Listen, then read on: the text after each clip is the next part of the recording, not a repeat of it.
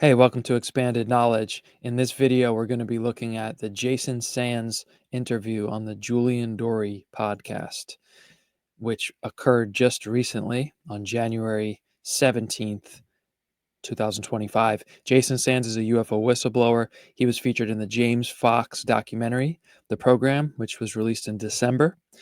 Jason also came out publicly earlier in 2024 and spoke about his experiences where he was working in top secret classified program, which is all verified by his official records.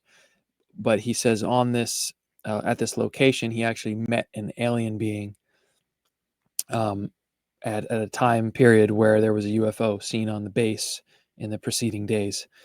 And that's the bare minimum of Jason. Okay, I'm going to let us just start playing the clips here. And then through this, if you've never heard of Jason Sands, you'll learn more details as we go through it, rather than me giving a whole introduction of Sands. And if you're someone following this topic closely, then you know who Sands is.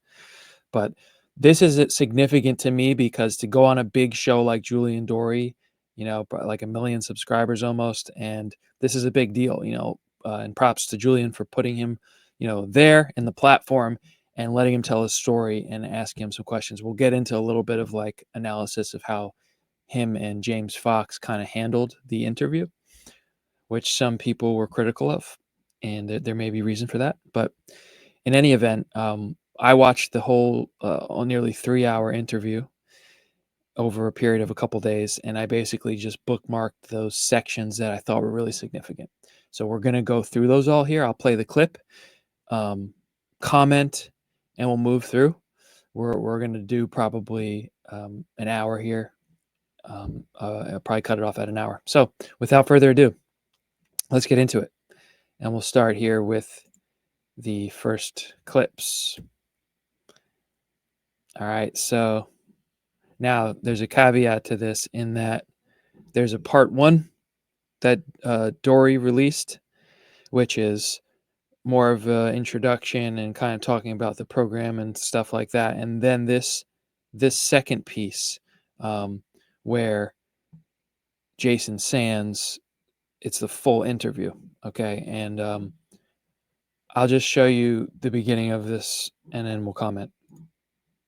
To be in the military, to be in the Air Force, you have to be able to obviously be a high functioning individual, which you proved you could be. But do you think there's also some things from your childhood, like we're going to get to your military career and things you saw, but do you think there's things from your childhood that develop coping mechanisms and possible PTSD from some of the things you had to witness? Oh, yeah.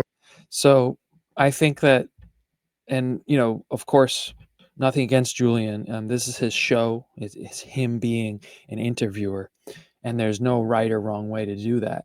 But I would probably read that as, Julian is kind of taking this approach to set it up.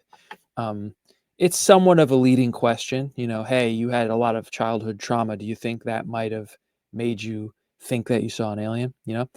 And I'm just going to point that out. And even Julian, when he had somebody had played a clip of him previewing the show, and Julian was leading with that kind of like a packaging, saying like, this is a really interesting psychological piece. So I think when you start from that point, rather than just taking it at face value and say, this is a guy who gave all his testimony behind closed doors to Congress and other government authorities, and who was who he says he was and worked where he did, where very few people work ever in their lives to even speak about it. Let's just hear what he has to say. And let's try to be objective. It does seem like he's leading with the psychology angle. And then he proceeds for pretty much the first hour, the better part of the first hour. It's actually just an in-depth interview into Jason's childhood. And props to Jason, because he actually was a great sport about it. And he really opened up. And if anything, you kind of see that, he really does seem like a genuine person. He answered the questions very graciously, and you do learn that. But I just think it's a little bit leading, because who doesn't have messed up stuff from their family? Who doesn't have childhood traumas? A lot of people have that, it shouldn't really weigh too much on an interview like this, where like, hey, you're a whistleblower, you've given your testimony to the government, like, what do you like? Tell us, the story. So I'll comment on that, and we'll move along here. All right, so I'm basically sparing you all of that, the whole psychological background that Julian Dorey seems to be setting up with that first hour. We get into hour 2, they get into the story, okay? And Jason basically is driving from one location on the base to another with a convoy of trucks, and essentially they stop at this weather station, which I thought was an interesting part of the story that I hadn't heard before, where he's warned by a woman working on the site, and we'll listen to him tell the story here. So we're all writing our name on the piece of paper, and then he says, "Thank you." There's 2 individuals on the other far wall, and one of them's a lady. And as I'm exiting the door, she grabs me by the shoulder and she says, there's somebody on the range. Don't talk to him, And I'm like, "Thank you, strange lady. I'll see you later." What was her? Do you know? She looked like she was just part of the, because there's maintainers for all these. So I just thought that was interesting that apparently somebody else saw this apparent non-human being on the test range there. And so who was this woman? And I paused it there, but somebody really trying to investigate this case could find out who was that woman. And maybe, it'd be a tough sleuth, but technically we have another alleged witness to this being that Jason says he met. So I just thought that was interesting. Let's move to the next section here, where basically he tells his story, and of course you can go watch one of the Julian Dorey clips for like his whole detailed story of how he came face to face with this being. But essentially they were driving and they saw someone and they saw a craft, and Jason was the one who got out of the back seat and thought it was a human that was hurt, or that was maybe had hypothermia because their skin was bluish. And then when he got closer, like 3 feet from the being, he saw that it was not human, and it had sort of different eyes, and it had this bluish skin, and as well as no ears like we have. And the thing that's very, very interesting about the Jason Sands testimony to me is that this alien creature allegedly was in a military uniform. And this is a detail I would love to ask that none of the interviews I've seen has been clarified. Because Jason says in the program documentary, he says he was wearing a military uniform just like ours. And then he says it again in this interview. They were wearing military uniforms, same as me, So does that mean like they were literally wearing like a U.S. military uniform, or like one that just looked like the U.S. militaries? Because that's a huge detail. And the fact that this alien he says was like normal human size, like 6 feet. He actually thought it actually didn't look that alien from the car, that he thought it was a human. It was only when he got up close and saw it. And it makes you think, you hear a lot of stuff in the lore, things like about hybrids and programs. And what is the military uniform really signifying? If that really is what he encountered in a being that was out there, is that a creature from somewhere else, or is that something else? So anyway, this little segment here I'm going to play is him describing what it was like to be that close. And I just thought it was significant because it's like, if he's really telling the truth, and we find out, through the test of time, that he's really telling the truth, it's like, this is somebody trying to relate to us what it's like to come face to face with an intelligent creature that's not an animal that we know of. It's not a human, and so I'll let it play now. He's saying Yeah, that. he's saying this, and I'm getting that telepathic emotion of his being disgusted about it, me even mentioning it. Are you at all looking at the guys at any point here who are with you? Yeah, I tended to look over a couple of times, And what are they doing? they looked like they were just zonked like zombies. Like I almost laughed. Really, they looked comical, like just totally. Literally like the Men in Black. All right. And he's, of course, speaking about being close up to the being there. And actually, what happened is we got screwed out of the beginning of that. Let me play it again. He's saying Yeah, that. he's saying this, and I'm getting that telepathic Or not. Let's go to the next one. This is the one I'm thinking of.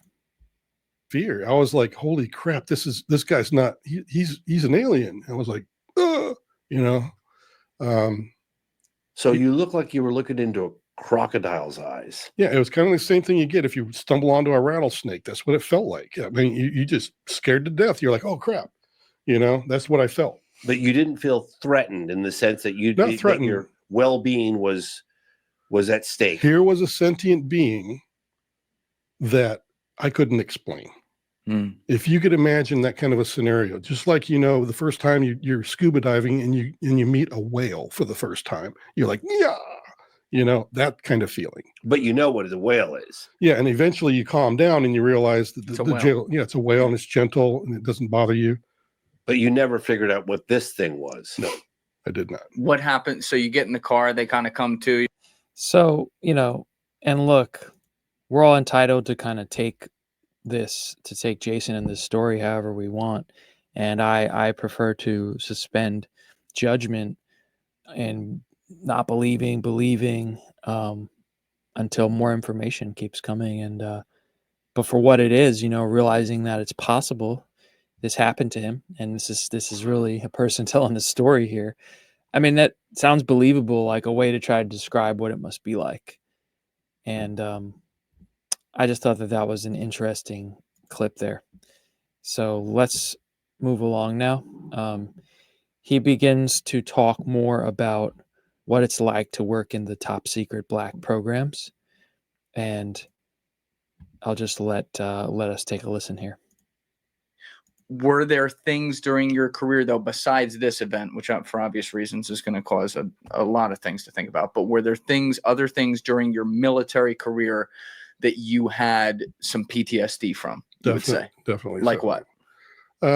Just the things that I had to experience in the black program. Some of that stuff ended up being a really bad, dark time during my career. So that happened. Like the things you would hear, for example, on the calls and stuff like that, like you were talking about earlier? Yeah, just rocks your freaking world, some of that. Yep. And also just some of the parts of the program that I found very shocking, very dehumanizing. Can you comment on that? I tried. I'm convinced there's just things that I can't talk about because the public's not ready. I've told this to other people that I've been interviewed with or been interviewing with, that I have tried to discuss certain things, and I could just tell people are just not ready for the full Monty on what's actually going on in that program. Okay. What? So I thought that was one of the most significant clips actually from the whole interview, because I don't know, it's all subjective how you look at someone and them talking.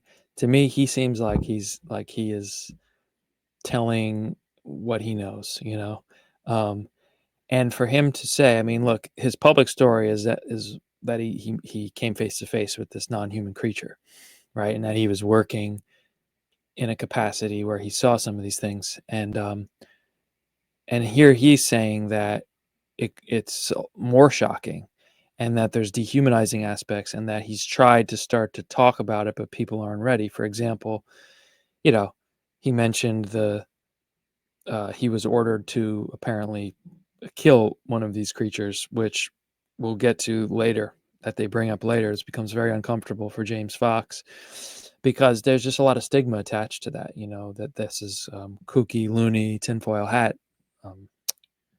area, and as if the whole thing isn't ready. But look, I mean, at the end of the day, it's like, man, so many people now in these levels to witness these things have come forward. People see things all the time. Not everyone does get to see some things, you know. I've seen some things, some UFOs for sure. No kind of close encounter or anything like that, but I say all this because I'm sort of trying to, before I just say outright, like, there's definitely these UFOs are flying around everywhere. I guess I can say they're being reported, and for all these decades. And so my whole point is just this. It's not that hard for people to believe that there's like crafts flying around, right? In fact, most people in the polls, in the public polls, it's like people think there's something to it. But then when you start to talk about like, all right, well, if they're real and they're out there, then like who's driving them, you know? And then once you start to hear people talking about meeting beings and it going even deeper than that, being that it's been 80 years of this type of activity that we've been witnessing in the modern era, that there's even, you know, interaction, and that there's potentially these dark, as he said, dehumanizing aspects of these programs, people start to check out, you know, because it just sounds, it's too much. And then I can really relate to what Jason's saying there, you know, that people aren't ready for it. And it doesn't need to be a negative thing. You know, it's like cognitive dissonance is like a serious thing. You know, we're talking about some people are just not built psychologically to take that. That's why a lot of people, friends, family, you know, if you bring this up, it's just like shut down. You know, there's just something going on there where people don't want to face that reality. You know, I can see that with, for example, the topic of 9/11, which whole nother subject, even though I think they're all ultimately interconnected, but, you know, people don't want to go there and talk about 9/11. Now, I'm not saying I think it was an inside job, but it's extremely clear that the official story is not true. I mean, it's conclusive that there's something big being covered up about 9/11. But people don't want to go there because it's such an emotional kind of point of pain. And I think that that's kind of similar when we get into these territories. So let me get off of my rant here now and let's go. Okay. And remember, this is this is 4 hours he interviewed Jason Sands. So you're just getting my points that I thought were the most significant. And this was, I thought, very significant because he makes it crystal clear here for the first time that I've seen that David Grush directly interviewed him, vetted him, took his story and investigated his case. And let's listen to him tell that. And when you first get involved with, let's just keep it high level, with the UAP forum, like when did that first happen? My first encounter with that was probably 2022. I think that's when I discovered the UAP forum was there. And I was like, oh, you know, I just poked around at it and looked at it and saw that there was. And then this comes back. Yeah. Okay. So how did the process go down with you first getting into the skiff and, testifying to people privately? Like how did that happen? Once I posted my response to the UFO incident on the Nellis Test Range of 1994, I responded back that there's more to this story. I had an encounter the following week, and then I put in there, and then the whole group got to ask me questions. I responded so very much like the same questions you guys are asking me, but I did it on the JWIC, so the top secret forum at that point. However, nothing was classified because this was just my trip up range, you know, for the day. I just was driving to work, for crying out loud. It had nothing to do with the program or anything else. It was just, you know, a strange day in my life. So anyway, that all took place. And then I get a call from David Grush and another gentleman that I shouldn't mention his name, but the two of them contacted me. The first thing I got was an email saying, hey, we need to do a high level talk or questions with you. We just saw your posting, blah, blah, blah. And I'm so-and-so, I work for the UAP Task Force. So I I give them my contact. They call me up later that afternoon, and we start talking about the whole thing. And that's where things started rolling. And then come October, I'm getting a call from the congressional committees, and they're saying, "Can you come in and talk to us in November, December timeframe?" I'm like, "Sure, I could do that." So I went and testified, and then David Grush came through. He When you say testified. testified, you mean you gave statements in a secure place? What do you mean In by the skiff. testified? Well, testifying to Congress. So but I went, not like in a hearing or something. It was like It was in a behind skiff. closed doors. Yes, It's this in a was. skiff, So right? you went and gave information in a skiff. I did a closed session. Okay. Sorry. Yeah. Now, Just curious. 'Cause, Without, yeah. obviously, you can't. All right, I'm going to pause it there. And I actually think that those minutes we watched there are super crucial. Because if you're trying to get to the bottom of like what really happened, how did Jason Sands get to the point of where he's at right now, it makes it pretty clear there. Okay. He knows he's on a huge podcast. All right. So unless David Grush comes out and denies something, and I'm sure David Grush is aware of this interview. You know, Grush went on Rogan, so he's probably aware of this interview. And yeah, so you heard it there. Let me clarify a couple of things in case you're not familiar. The UAP forum, according to Jason Sands, was a top secret network. So you would have had to have a top secret active security clearance to go on and participate in this forum. And so as part of the UAP Task Force congressional mandated task, which was to investigate the UAP issue, they had this forum to basically for people to brainstorm, share information, right? And I guess for people like Jason Sands to come in and contribute and say, "Hey, I know something about this." If you think about it, you know, at face value, thinking about it on the spot here, that seems plausible. You know, it's a way of pooling and open sourcing information, right? Imagine you are being tasked with, "Hey, look into the UFO topic." All right. Boom, let's go on the top secret server with everyone who has an active top secret clearance working at all of these different positions, or I don't know exactly who had access, but you would have had to at least have top secret clearance. And let's just let people start to share and pool information.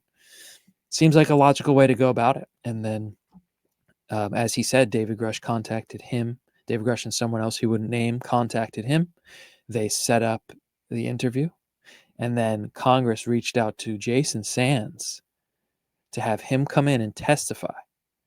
So if that doesn't tell you enough, you know, about evaluating the credibility, you know, this isn't just some guy going out there trying to make money by saying that he saw aliens or that he just wants the attention or that he, you know, or that he's just delusional or just a believer or something. He went through these congressional channels, which he's going to get into more detail in the next clip or two. And the way he's telling it, they reached out to him, you know? So, and then he comes in. And now the last part there, I'll leave it out before we move on, is Fox. You saw James Fox tried to get clarity there. And he said, you gave testimony. And they asked him, was it in a skiff? Was it in a hearing? And Jason says, it was in a closed session, quote, end quote. And from what I know, a closed session is kind of like a hearing. You know what? I'm actually going to pause the video here, and I'll be back in literally half a second to tell you exactly what a closed session means. So, yeah, I mean, the definition is somewhat ambiguous, but as it says, you know, a closed session is a formal meeting of of an organization or group at which only people who are part of the organization or group are allowed to be present. And actually, okay, in Congress, yeah, this is just, it's a parliamentary procedure with closed doors for the Senate or the House to discuss matters requiring secrecy. So I guess it is like going to a skiff, but I think we should just differentiate between like, it's something more formal. It's not just, you know, oh, come in on Monday and let's go sit in a skiff and just tell me tell me your story. It's more formal than that. There's more of a, as it says here, it's a parliamentary procedure. So there's more to it. And the only reason I'm kind of hanging on that is because I wonder how official that was. I've heard the term closed session used in the 2022 UAP hearing, where they were asking them a lot of questions, the representatives of the UAP Task Force, and then they would just say, oh, we could talk about that in the closed session. You know, that's why I thought like maybe it was kind of like a hearing. But again, Jason just says it was a closed session, and these details are really what matter. I'm gonna make an assumption here and say, based on the Joe Rogan interview with David Grush in 2023, David Grush explained how there was like a 16-month period that the congressional committees, which would have been the Senate and House Intelligence Committees, and the so-called Gang of 8 members, as well as the ICIG, the Inspector General of the Intelligence Committee, there was a 16-month process there of vetting all of David Grush's information, which included cases and, like he said, 40 whistleblowers. So, as Grush said, a certain number of these whistleblowers were brought in to testify. And so that seems to line up with what Jason Sands is saying of how it went down with him giving his testimony to Congress. All right, so let's move along now and see what we got up next. Bridging from where we're at, how did Congress react? Jason Sands shares a little bit about that here. They took me over to, the underground train. They took me over to the house side. Did you give names? Yep. Give them names, Locations? locations. What was their reaction? Shock. Was there anyone there really pushing back on you, like, come on? Or Oh, yeah. Now, there's a few of them that had some really good questions. Just like, well, you said tall whites and grays. Couldn't that be a code name? And I'm like, no, that's not the context of it. all right, can you explain that context there? I know you've talked about this before, but we haven't talked about this today. So where did the tall whites and grays come into your? We're going to now get into the tall whites and grays. They segue there, but let's just note about the congressional piece there, that he said, for the record, he gave them specific names and locations. So this is the thing I think people maybe don't always think about, is for years now, there are certain members of Congress who have been given the names and the locations of these 40 whistleblower claims of exactly where these alleged UFO programs are going on, involving all of this stuff that they, each one has a different experience with. Let's take note of that. And now let's hear what Jason has to say about the tall whites and the grays. Now, let me give you a little context in case you don't know, real quick. Jason Sands' job, and again, this is all factual, his job was, he was a part of a unit that would hook up when an operation or project was going on, and they would monitor the communications going from the base out. Okay. That's how he explains it, to sort of make sure that they're secure. And this is why he is a unique witness, and he'll get into what makes him unique as a witness. I mean, imagine you had the job to listen to the communications coming out of places like Area 51 type places, for years. That'd be the kind of person that might hear some stuff, or might experience some stuff. So that's what's the context is here, is that he says he heard conversations about grays and tall whites. And that's why when he testified to Congress, as he said, they asked him like, oh, couldn't that just be the name of a code name of a project? And Jason's saying like, no, in all my experience, that's not what a project would be named. We wouldn't use that type of naming, nor was there, the context for that. But let's hear the rest of this. They were in a lab when I was monitoring, and they asked me about that particular event when they're in this lab. And the context of the conversation was that Humans were not allowed to come into this lab until after the tall whites and grays were left. Is this after your encounter? This is before. Oh, it's before. It's while I'm in the program.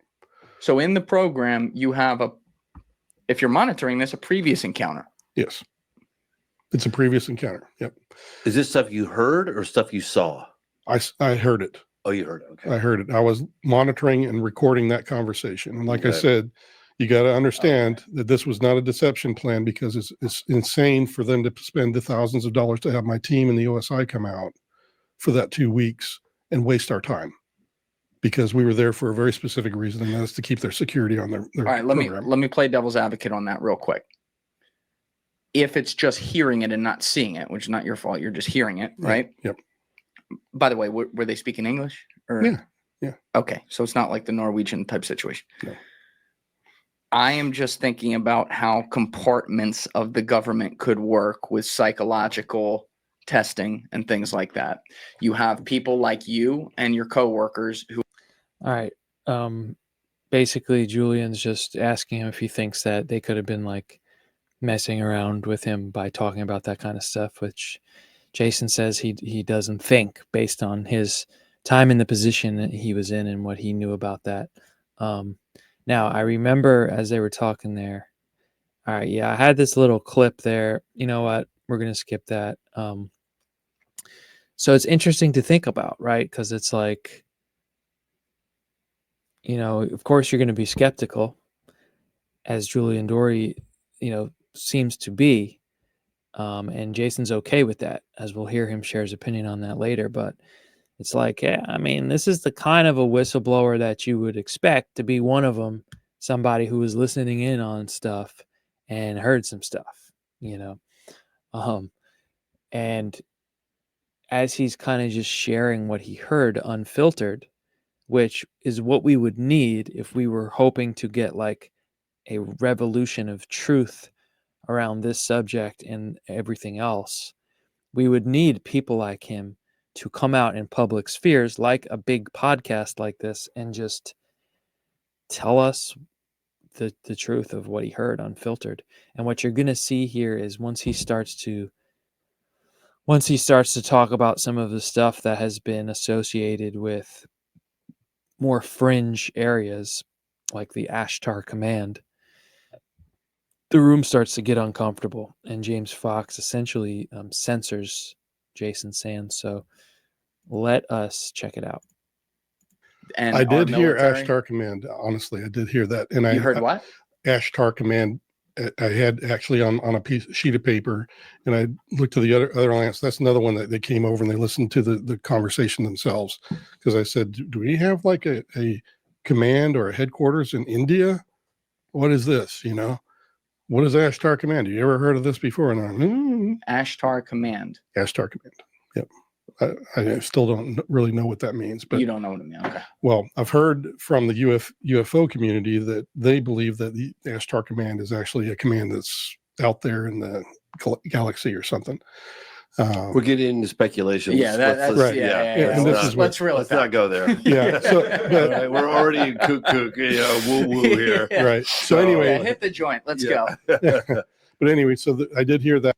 Yeah, this was kind of cringy to me, because again, look, I got no skin in this game.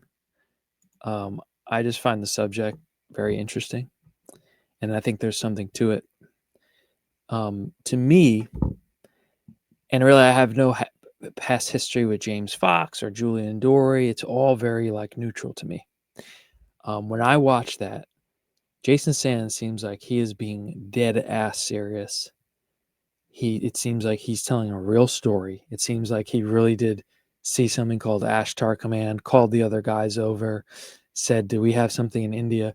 I mean, it just seems too authentic. Like he's remembering all these little details. He's keeping a dead straight face. I mean, not that people can't have that skill, but it is what it is. And I mean, he has gone to Congress, and he supposedly, like Fox says, he wasn't even supposed to come out and show his face and his name. He was going to remain anonymous. So you got to add this all up. And what's cringy to me, though, is like you see it in Julian's reaction first, right? And it's almost like he's kind of upset about it. he makes the face. He looks over at Fox and he's just like, what the F are you talking about? And then you can hear it there. James cuts him off, and Julian says Julian says, yeah, let's reel it back. Let's reel it back. And James is like, it's already too cuckoo and woo woo. And, and I just think like, and then Jason's just like being a nice guy, and he's just sitting there like, okay, all right. And it goes to show what he said in that other clip, that like people just aren't ready to hear it. And who cares? Who cares if he's making it up? You should let him speak. Why are you censoring and boxing in? Why do you have to reel it back? Why do you have to control what he's allowed to talk about in the platform? He's coming here out of his way, I'm assuming, he doesn't need to appear publicly. Probably sucks as it is for him, I would imagine, whether he's completely truthful or is completely, false. It's got to suck either way. He's coming out of his way here to tell his story. Let him tell it, but at the same time, I understand James Fox and Julian Dorey have a livelihood and a career, and they don't want to be canceled, so to speak. Not that canceled is really a thing in this space, but they don't want to have their credibility and their reputation kind of brought out into something else that's too far out there. So I understand that, but I think there's a way to keep that balance, and there's a way to just be objective and, make it clear that you're not condoning that you think what he's talking about is real, but let him tell it, Instead, we don't get to hear more. I would have asked more about Ashtar Command, bro. Like, what did they say about it? What might it be? And it goes back to the same point, right? Is like everybody, even in the UFO community, right, where it's almost like a given that you believe that UFOs are real as like a basic thing, If there's so many out there all these years, and some of them are coming from other places in space, like, why would there not be a command? Like, there's a command here. Like, there's like a command at the freaking mall. Like, okay, there's like, state and local and federal and military commands for this planet, for little sections of this planet. So like, if there's really intelligent beings, entities out there controlling these technologies that move through space-time, why would there not be a command out there? And if anyone on Earth knew about it, it would be at these most top secret black site facilities of the US military and other countries that someone like this guy might have heard something, So rather than having like a potential very interesting testimony here for the record, James Fox and Julian Dorey basically keep him in a box there, which is interesting. Anyway, let's move along here, and let's see what else we got. Yeah, I mean, and this kind of just leads into some of the things that I was just saying. He was working for the NSA when he became a whistleblower. Like, so this isn't just like some disgruntled guy like living in mom's basement or something, and who used to work, in the government at a high level, and just like is delusional or is like has some type of vendetta or some whatever. I mean, this guy was employed, actively working for the NSA when he became a whistleblower, and I haven't heard anybody talk about that, really, in the space, and that's important, I think, for the context of this all. Why would you risk employment at that kind of level, with attaching yourself to something like this if there wasn't something real to it? So let's hear him say it here, and we'll keep moving. You were concerned. You were working out at the Pentagon, I think, at the time, and you said your car had been like left NSA. open. I was working at NSA. Sorry, yeah, your car had left open, and you were getting a little paranoid. Yeah, you were just concerned. You were on edge. Yeah, and I said, look, I got a camera crew here. I'm in DC. If you want, it's all totally up to you. I'm not forcing you to do anything. If you want to get some testimony on camera, just as a security, issue an insurance policy if you feel like you're. And basically, Fox is just telling the story of how he got him for the program. He basically met him at a dinner with some other people, and heard the basic story, and then reached out to Jason Sands, said, "Hey, look, if you want to just get it on camera for safety, like, you can do that," and that's how it happened. But here are the details there, right? Sands was working for the NSA, presumably in Washington, and as he started to come out, start talk to Grush and people, he started getting worried about his life. His car was broken into. I mean, how many times do we have to hear these stories? That, and the Grush, even in official cases being submitted to the Inspector General of retaliation for coming out with this information. At what point do we say, all right, they're not just all like making it up? Like it's a movie or a science fiction novel or something. That comes from something too. And those details I find very important. Working at the NSA, started getting reprisals and harassment as he started to come out. And we see that again and again. So let's move along here. I think we got a few more. I'll skip this one just so we can save some time here. This was just James Fox saying that he did like a X post or Twitter post, and Jason Sands' name was like in the background, and Jason was not going to come forward publicly. And then once it was out, he says people started like asking and saying things that were not true about him.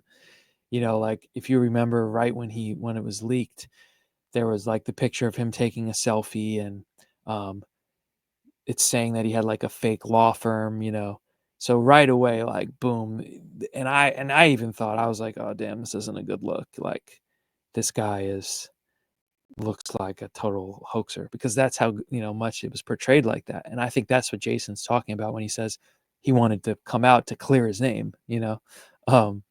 So when you think of it that way, it's almost like maybe it's good that there are those trolls and debunkers, because then it made someone like Jason go, all right, yo, I got to actually come out in public and like set the record straight. It's an interesting way to look at it. But here's what I wanted to say about that initial Sands coming out. But then he comes out, and then you start to read the tea leaves, right? Because everybody early on was like, most people in the UFO community, at least on YouTube and whatnot, and a lot of that comes over from keeping an eye on the X feeds and all that. So it's really the larger UFO community zeitgeist. People were very skeptical of Sands, but if you read the tea leaves, you could see Jesse Michaels saying he met him, and he was who he says he was, right? The connection to Grush, and Michaels having a big show and kind of his own reputation he doesn't want to tarnish. Then you had Jeremy Corbell make a comment about Jason Sands and say he worked at Area 51 monitoring communications in a top secret program. He is who he says he is. He's the real deal. All right. So right there, you're getting, 3 different aspects confirming he was legit. So you could have read the tea leaves at that point to know that Jason Sands is legit in terms of who he was. But, that's how they portrayed him when he came out, was like this crazy, tinfoil hat guy who was like taking selfies and like had a fake law firm. But props to Jason for kind of having the courage to come out and speak. Let's hear some more here. This is important again, is documenting here the official channels he went through to become a whistleblower. That I decided, I was like, okay, I've got all my ducks in a line. I'm sick and tired of people making up stuff about their imaginary this, imaginary that, about what was going on with me, and making up stuff that I'm like, that's totally not right. That's totally not right. I'm sorry to cut you off. What do you mean by all your ducks in a line? Like just all my legal stuff. I talked to Congress and got my NDAA whistleblower status. Then I went to AARO and I talked to them, which I also was asked to do. Then I was told I had to also go to the ICIG and file a formal complaint. And then my last step was to get my pre-publication completed.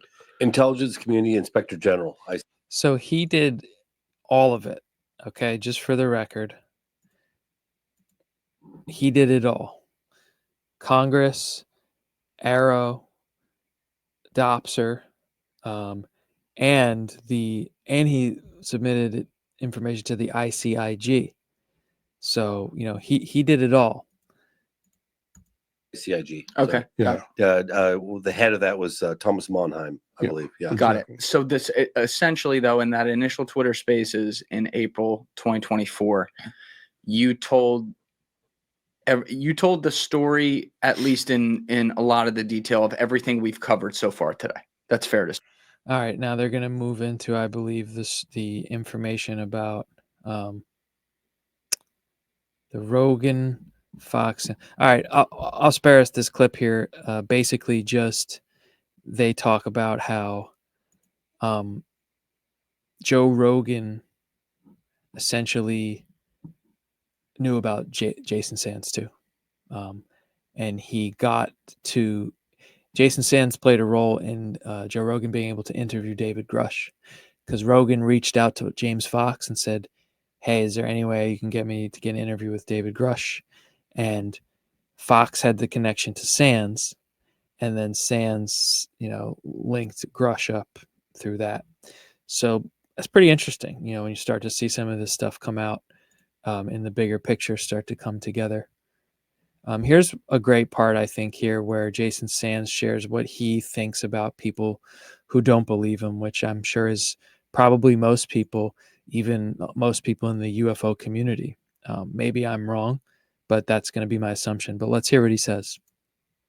We got to know each other. He's a really great guy, and he's also somebody I consider a friend through all this. Yeah. He doesn't agree with all my stuff, and I don't care about that. It's And not then his life. Yeah, then and I saw that. this is the video right here, post-disclosure world. That's who it was. Yeah, so the short one there, but he's actually talking in that clip about Patrick from the YouTube channel Vetted. And I'm assuming I think that Patrick is very skeptical of Jason Sands' story. And I think like what Sands said there says it all. He says he's a great guy, doesn't agree with me or believe parts of my story, but I don't care. It's not about that. It's not his life, right? And to me, that means something, right? Because put yourself in his shoes hypothetically. Imagine you really experienced this, and nobody's going to believe you, but you're like, F it, I got to do it anyway. I got to do it for society, civilization, humanity, not an easy thing. And people are still doubting him. I mean, Julian is grilling him on this, which I think is good to do, but that he doesn't believe it. He said that himself in the video that he made after the interview. He said, I absolutely do not believe him, the core elements of his story about meeting the alien and so forth. So, which is fine. Everyone's entitled to their opinion. I just think it's interesting. You could jump to that conclusion. Like, you're just not going to believe someone because it seems too unbelievable for you. But like the conundrum more to me is not like, did he see an alien or not, or like a being or not? I think that's relatively believable if you look at how many thousands of years and people are seeing entities and so forth. I mean, something can look physical and maybe be something else, but also it could be physical.